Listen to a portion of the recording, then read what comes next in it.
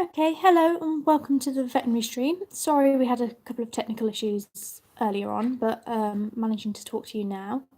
So for the veterinary stream, we're going back to look at the problem-based learning slide again. So that would start off with the case of the puppy and the problems that caused to the asthma. Okay, so the first question for the veterinary stream was that when a puppy's born, what are the initial checks required? So when they're first born, obviously the breeder's more likely to check their gender because people often want to either buy a male or a female dog. So that's helpful for them in that case. So they can also check for cleft palates.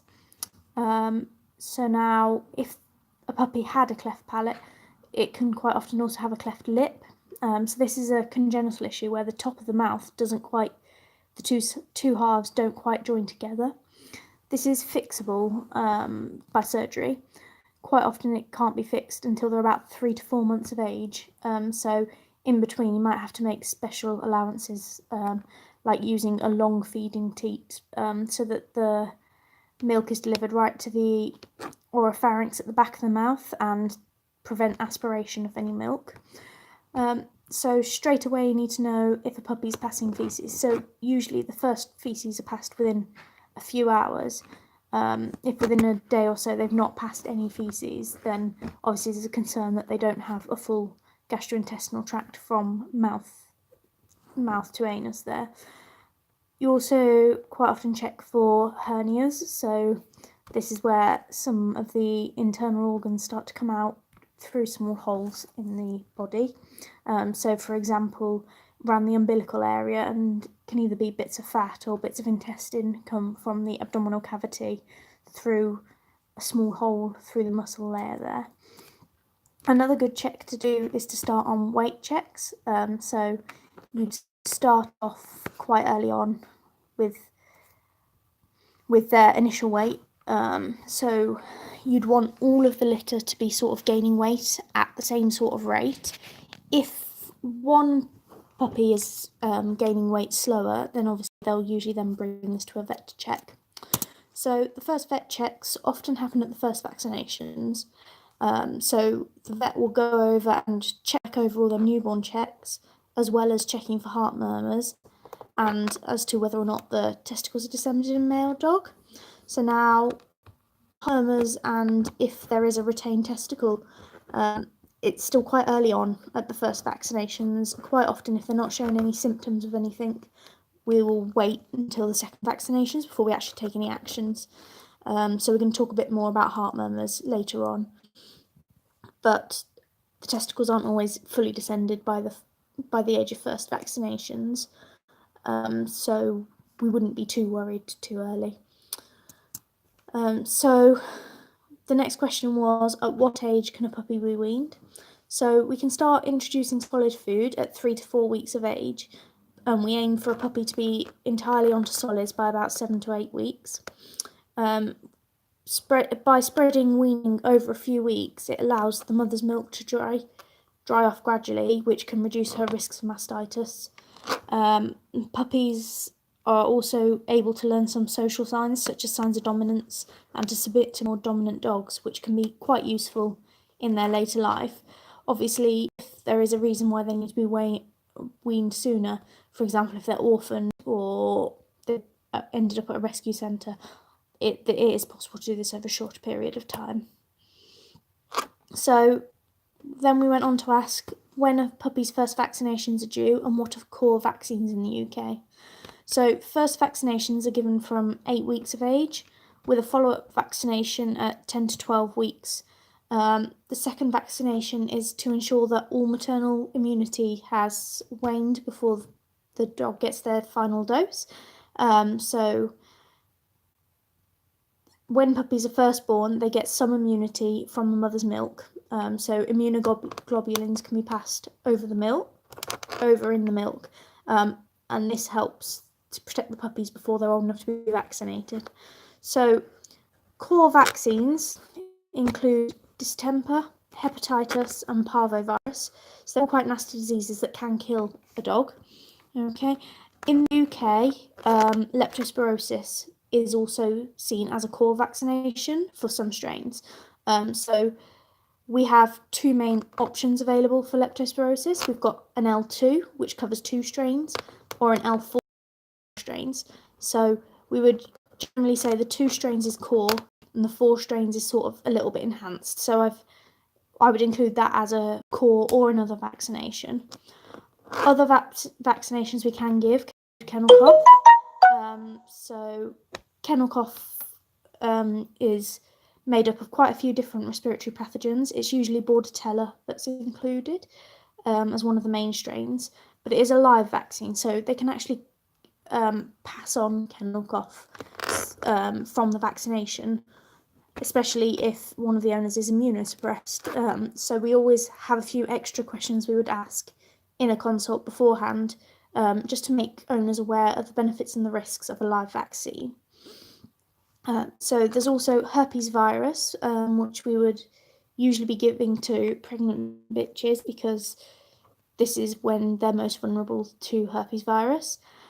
If a dog is travelling, there's also the option of a few different vaccinations, but rabies is essential for a pet passport because we've currently eradicated that in the UK, and obviously being a very nasty disease, we don't want to bring that back into our UK dog population at all.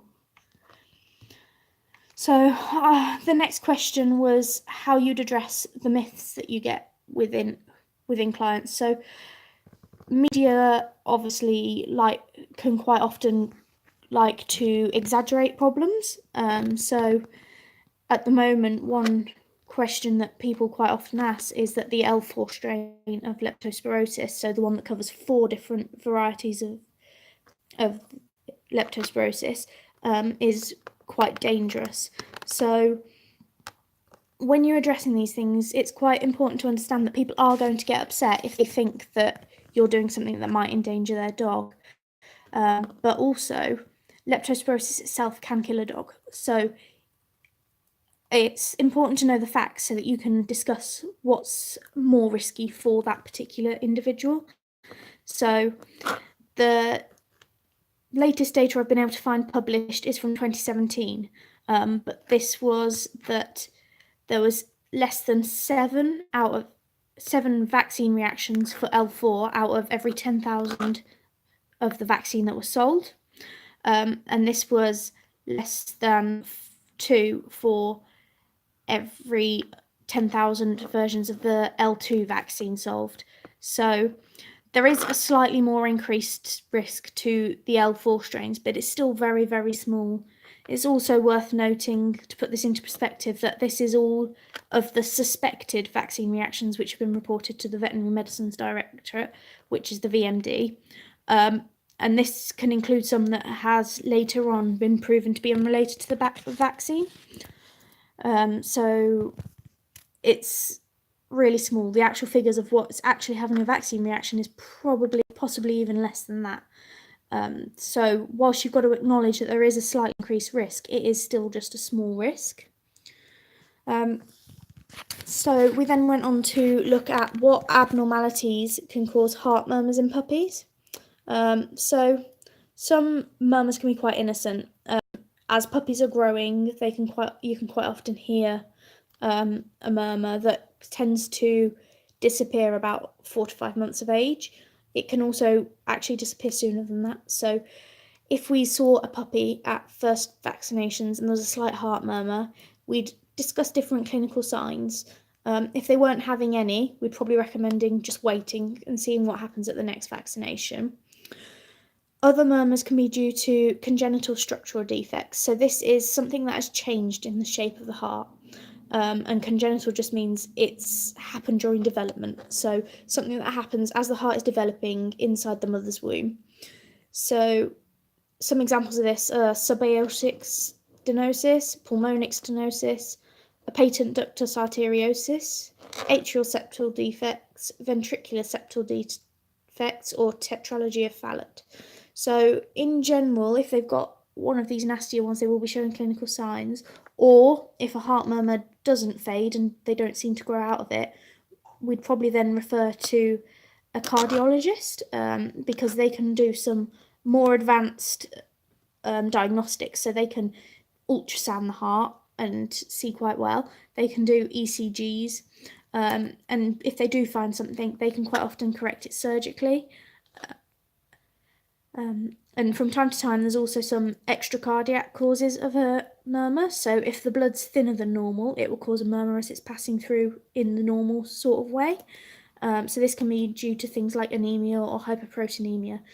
This is quite rare, but obviously if we thought this was the case, it probably would have been figured out by a cardiologist, because we probably would have referred, knowing those clinical signs and knowing that a lot of these tests can't be carried out in your general standard first opinion practice.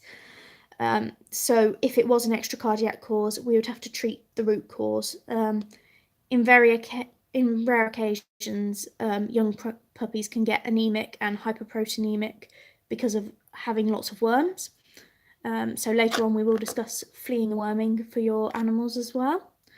So the next question asked if Freddie should be neutered, and if so, what age? So castration has some benefits, but there are some negative sides as well. So positively, behavioural changes will occur that are related to having less testosterone circulating. So if they're neutered, they're less likely to stray to follow a female dog. Now, obviously, that doesn't mean a neutered dog will stay still. They may have other reasons for wanting to go, but it removes one of them drives for wanting to stray away from home. It can also help prevent mounting behaviour or dog-to-dog aggression. We never really sort of push castration for behavioural reasons because it's not guaranteed results. But in terms of health reasons, there's reduced risks of things like they can't get a testicular cancer if there's no testicle there, and enlarged prostates are less likely. And also they're unable to breed, which with the amount of dogs currently in rescue centres, there's sort of quite an overpopulation at the moment. This can be a good thing. But then on the negative side, obviously it's a surgery, it's got a general anaesthetic, so there are some risks. It tends to be quite low. Okay, if a testicle has been retained, so is still up in the abdomen and not moved down to where it's supposed to be, but then obviously that's internal still, so it is a bit of a bigger surgery. You'd have to go into the abdominal cavity and find the testicle to remove it, but retained testicles have a big chance of becoming cancerous, so we would really recommend it in that sort of occasion. Neutering an animal will also reduce its metabolism again, so that will occasionally cause a bit of weight gain. Okay, this can be managed by sort of obviously feeding less or exercising more, and just changing that balance, but it is one of the factors that helps in the balance of metabolism. Occasionally people think it may change their dog's coats. Now, it's possible that neutering can change coats, but it's also not sort of regular, so it's not something, it can happen, but it doesn't always happen. It's quite hard to predict. Okay, and obviously some people would see being unable to breed and have puppies as a negative of castration. We also asked at what age. So in the UK, quite often dogs are neutered from about 6 months of age onwards. We do tend to tailor that to each individual dog. So as a young dog is growing, it has growth plates at either end of the long bones. So the long bones are things like the femur, and we want these to close before we neuter, because neutering has been thought to delay the closure if we neuter too early. So in a small dog, they've probably reached adult size by about 6 months of age, and so their growth plates probably will have closed. So we would do that a bit sooner. In a larger dog, we want to wait until they got to approximately their adult age, because this suggests maturity, suggests the growth plates have closed. Obviously, some factors why we'd want to do it sooner would be things like if they were being housed with their sister who hadn't been neutered yet. So we always discuss with owners about what's going to be best for the individual animal. But 6 months of age is sort of our guideline, as would usually be the youngest. Okay. And we've also said, what if Freddie was female? So spaying a female dog will prevent pyometras, phantom pregnancies, ovarian tumours, and unwanted pregnancies. It would also prevent her having seasons. Now, obviously, it can make a bit of a mess if you've got a bitching season in your house, so quite a lot of owners see this as a benefit as well. It can also reduce the risk of mammary masses, and the earlier you neuter, the more that effect is seen of reducing that risk. But there are also some cons. A neutered female is more likely to develop urinary incontinence in later life. But on that note, that is quite easily treatable with medication. And again, there's a reduced metabolism, so it's possible that she may then gain weight. Okay. We then went on to discuss the flea and worming treatments. So in a puppy, we usually recommend they're wormed every month until they're about 6 months old. So at this age, their immune system doesn't handle the parasites quite so well. They're a bit more susceptible to getting ill if they've got any worms. So after that, we tend to move to a 3-monthly worming protocol, unless they're got high risk factors. So if we know they're out scavenging and eating on lots of dead animals fairly regularly, we may still worm them monthly. Or if there's young children in the household who may pick up the worms from the puppy or the older dog, we may still recommend monthly worming as well. So flea treatment was a bit of a trick question because it depends on what brand you're using. So there's lots of different options for flea treatment. So you can have monthly or 3-monthly products, which can be spot-ons or chewy tablets, and they can also have a collar that will last for 8 months. So that really depends on what's going to fit best into the family's lifestyle. Some people think having a monthly treatment makes it more regular, so they're more likely to remember if, say, I do this on the first of the month, as opposed to remembering once every 3 months, but other people would prefer to do it less often. And obviously the collars are even less often still. So it really depends what's going to fit best for that animal. We spend a lot of time with our veterinary medicine trying to tailor all the programs we give out to be as good as they can for the specific dog, or cat if it was a cat, but we're discussing the puppies here, obviously. So it's always a discussion with veterinary medicine. Obviously, the owners are paying for their treatment as well, so they want to have a bit more say than obviously someone going to the NHS. You probably have 1 or 2 main brands. They will tailor it for medical reasons, but obviously financial reasons can also come into play with veterinary medicine. So then we discussed that occasionally some clients will book in to speak to a vet about wanting to buy a dog. And we asked what you'd discuss at that sort of appointment. So I'd use them opportunities to sort of ask questions about the owner's lifestyle, how they're going to handle a puppy, and sort of what breeds would be suitable. So obviously some breeds need a lot more exercise than others. Also, costs again is a consideration. Obviously, even for a simple medication is going to be much more expensive for a large dog than it is for a small dog. And anything like anaesthesia, that's sort of quite a significant difference. Okay. Also, if they've got specific breeds in mind, we'd sort of probably discuss what sort of congenital health diseases or hereditary diseases that breed tend to have, and just so that the owner's forewarned and knows what to look out for in their puppy. So we asked how situations like Tom and Freddie's can be avoided. So quite often this doesn't happen because if someone's going to buy their child a dog, they tend to see if their child likes dogs first and spend a lot of time in the company of dogs. So they tend to know quite well. And if it tends to be when they're just in the close proximity to the animal, then they're not going to find that out until afterwards anyway. So you can't really avoid as such. So I'd always recommend, if an owner is buying a dog, to sort of see if they've got a friend's dog they can borrow. Obviously, there's websites now as well that lets you borrow dogs to take them out for walks and things, and just see how that actually fits in, and whether that causes any health issues. And so then we went on to what can be done to help the current situation. So, if possible, doctors would try and treat Tom's health conditions, but Tom had quite a severe reaction. It's unlikely that's going to be able to come right down whilst the dog's still there, really. And if it's not possible for Tom's health to be managed alongside keeping a dog, then Tom's health's got to come first, really. So often we'd offer assistance in rehoming the dog. So usually putting them into contact with a rehoming charity, just because they can perform the home checks, they can check they're going to somewhere with someone who's going to be able to look after the dog well. Obviously, there's the option of rehoming to friends and family if they prefer. On rare occasions, people may ask you to euthanize the dog because they're struggling to rehome it. In general, it's a puppy. They're going to find it fairly easy to rehome, but there is obviously an ethical debate about whether people are actually going to euthanize this animal. So as a vet, you don't have to do anything you don't want to do. You've got professional autonomy, so you wouldn't have to. And in this situation, I think it's unlikely to come to this.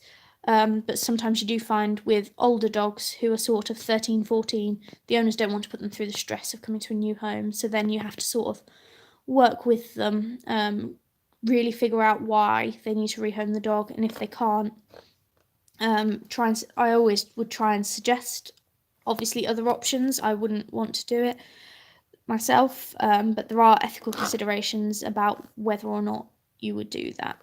Okay. So I hope this has been useful. Sorry I couldn't log on a bit earlier like we tried. If you've got any questions, I'm more than happy to take emails at vpveterinary@medicmentor.org.